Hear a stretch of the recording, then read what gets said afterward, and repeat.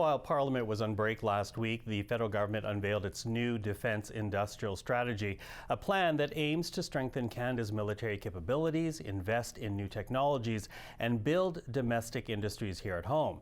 Now, the strategy will help guide the billions of dollars Canada will spend in the next decade, money it will spend to meet the 5% NATO target by 2035, while ensuring that jobs are also created in Canada. Take a listen to what we heard from the International Trade Minister last Tuesday. Too often, Canadian defence dollars left this country instead of strengthening our own industries and workers. That ends now. This strategy sets a clear target. 70% of Canada's defence procurement will go to Canadian firms. That means more contracts staying here, more jobs created here, more innovation done here, and more Canadian companies scaling and exporting to the world. Well, to talk about this, we're now joined by Dana O'Born. She's the Chief Strategy Officer with the Council of Canadian Innovators, which is made up of Canadian tech firms that are looking to scale up, or I guess in other words, Dana, to be bigger players. Thank you for joining us, Dana O'Born. Thank you so much for having me, Michael. It's great to be here. Now, you and your organization, you are supportive of this new defense industrial strategy, but you're worried, based on what I was reading, that it could prove to be only aspirational and not operational. Canada, reputationally does not have a great track record when it comes to military and defense procurement. What exactly are your concerns here? So maybe if I can just frame the question by letting viewers know that CCI is an organization, a business council dedicated to helping high growth, scaling Canadian headquartered technology firms. So we welcomed the strategy. We thought it was really good news on the face of it. But as all things, the proof is in the pudding, if you will. And so I wouldn't characterize it as a concern. It's just now the real work needs to get done. And so we recognize that, these big policy documents obviously lay sort of the pathway for the next steps. But as you heard on the clip, as we were listening in the introduction, 70% of contracts to go to Canadian companies, that's a lot of work. And so what we're hoping to see is what is really going to come into the details. How do these Canadian companies get access to some of those contracts? And what does that look like from a long-term industrial base growth for Canada's defense sector? Because really, that's what we've got to kind of prove to our global nations and to hit those NATO targets, as you mentioned on the front end. Yeah, and as you said, 70%, that is a lot of jobs. Do Canadian firms have the capacity, the capability to meet that kind of goal? I love that question because I think that we are really underdogs in the defense space. So this last summer, when the newly assigned cabinet was named, we spent some time in Ottawa with a number of politicians, including Minister Joly and others, who really incited this idea that a defense industrial strategy is coming.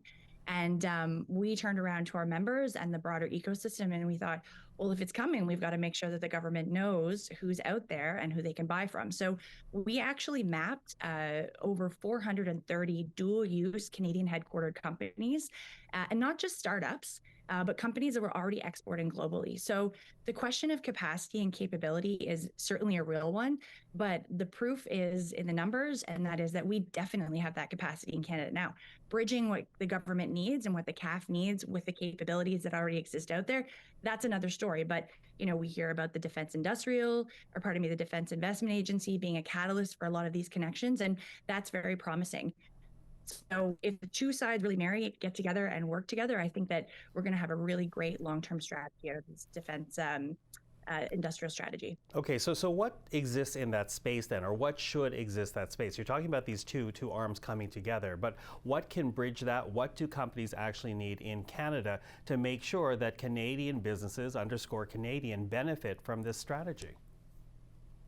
Well, it's interesting because the whole concept of Buy Canada, we've seen this from our Canadian politicians, not only at the federal level, but at the provincial level.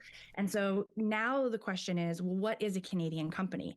And we've done some work on this at the council, and we know that other organizations across the country have too. And I think the government really needs to think long and hard about how we want to not be protectionist in the sense that, we can't have supply chains that don't integrate other companies that are based outside of Canada. We have a long-standing history of buying from foreign-based firms in Canada, and we're not sitting here saying that it needs to be all Canadian all the time, but having a better understanding of that definition of what a Canadian company is and how it operates in Canada, I think, is a defining factor.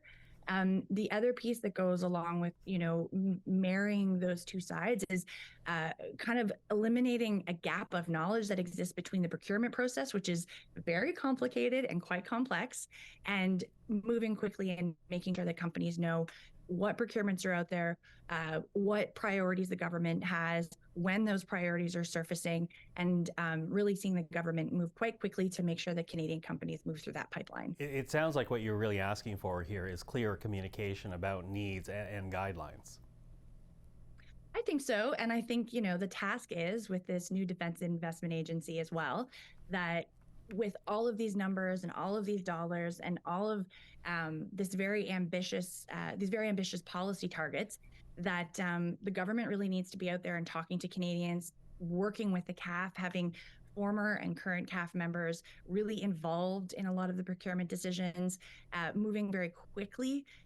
My fear, the thing that up at night, we have this large NATO spending commitment, and if we can't get the right Canadian companies into the supply chains, then we're just going to default to a lot of the things that we've been doing historically, which is going with the large foreign multinationals, and that's not going to do us any favors in our economic situation.